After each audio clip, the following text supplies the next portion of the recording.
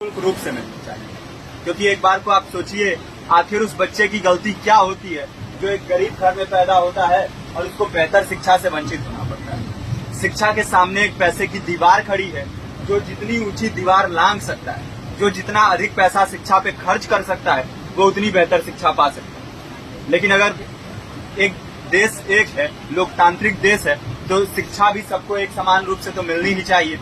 आज परिस्थिति ये है कि एक तरफ तो प्राइवेट स्कूल हैं जो लूट के अड्डे बने हुए हैं, वहां पे आप एडमिशन कराने जाएंगे तो सिर्फ एडमिशन के नाम पे ही आपको 10,000 20,000 रुपए देना होगा। और कमीशन खोरी का ऐसा धंधा है कि कॉपी, किताब, टाई, बेल्ट, ड्रेस, जूता कहाँ से खरीदना है ये आप नहीं तय करेंगे वो प्राइवेट स्कूल वाले। यानी आम लोगों की मेहनत की आखिरी कौड़ी उनके जेब से वसूल लेना चाहते हैं। और दूसरी तरफ सरकारी स्कूलों में न तो पर्याप्त टीचर है, न पर्याप्त बिल्डिंगें हैं।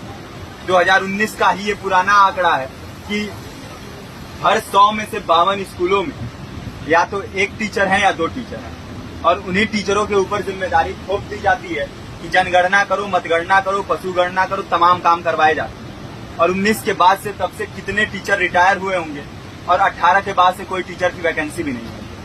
आप खुद भी सोच सकते हैं ये परिस्थिति और कितनी बिगड़ी हो। इसीलिए हम लोग ये मांग उठा रहे हैं, चाहे कोई राष्ट्रपति का बच्चा हो या किसी मजदूर का, सबको शिक्षा एक समान मिलनी चाहिए और निःशुल्क रूप से मिलनी चाहिए। प्रेमचंद ने अपने दौर में भी कहा था कि एक सभ्य समाज में ऊंची से ऊंची तालीम मुफ्त होनी चाहिए और इसका पूरा खर्च गवर्नमेंट को उठाना चाहिए, क्योंकि हमारे देश को फौज से ज्यादा आवश्यकता तालीम की। और शिक्षा से जुड़ता हुआ ही दूसरा मुद्दा हम लोग उठा रहे हैं।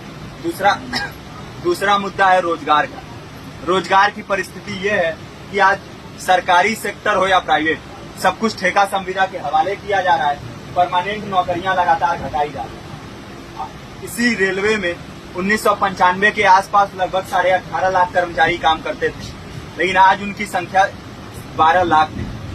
आप खुद भी सोच सकते हैं कितने बड़े पैमाने पे परमानेंट पदों को घटाया जा रहा है। और आज आलम ये है, एक तरफ लाखों पद खाली पड़े हैं, फिर भी कोई वैकेंसी नहीं निकलती।